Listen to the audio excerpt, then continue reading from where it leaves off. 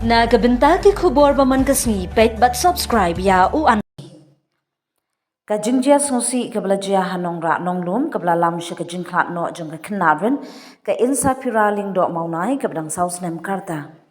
kala penki ye ka jila baro ka wei ha ka jingpin pau jing jinjar jong gi pat ba bat ka long ying simbut menteri rang ba ka jila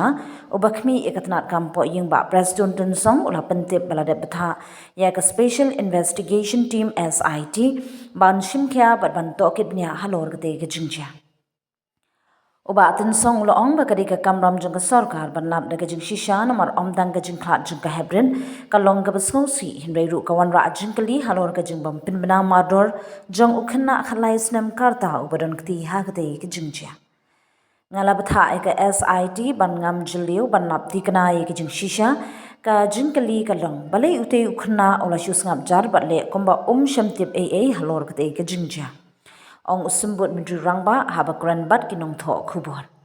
karkum ga jing to ken bala pelong lala bhaga khat sautrik unai lur haga por kumba phrabaji minstem ka insa pira klaja na ga yingsa jongka hadin arsngi kata haga khat santrik unai lur lalap no ye kamet yap jongka haga jaka ka brang dan hapdeng ga jingshna haga khat pratrik unai lur ukhanna khatlai snem ubasa amarjan bakati ka long yeng lapen hab perkhat hakmat ka juvenile justice board JGB ula kubur ba ula yalam ya ka khna syakati ka jaka pada ka jing persang jong uban kalayap jelop no da ka jing bakla ka jing to ket jong ka SIT hapo ka jing yalam jong SPCT ba Harvard khar kongor kala pen pau ba ukhna ula persang ban pen kala khana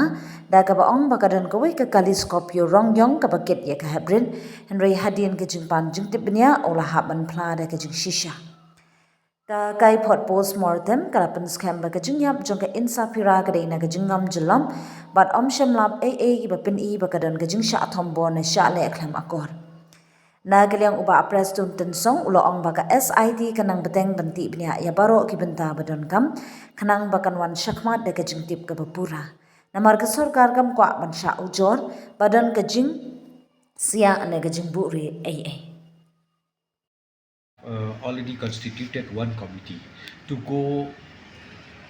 all the details and also not enough to inspect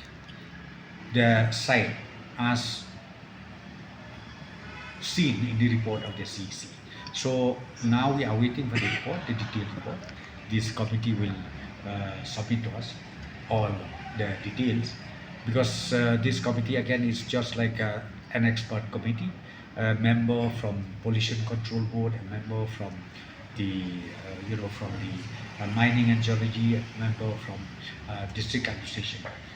These are the members of this committee. So let us wait. But I personally feel if you just blindly say that you have to close down everything, I think that is wrong.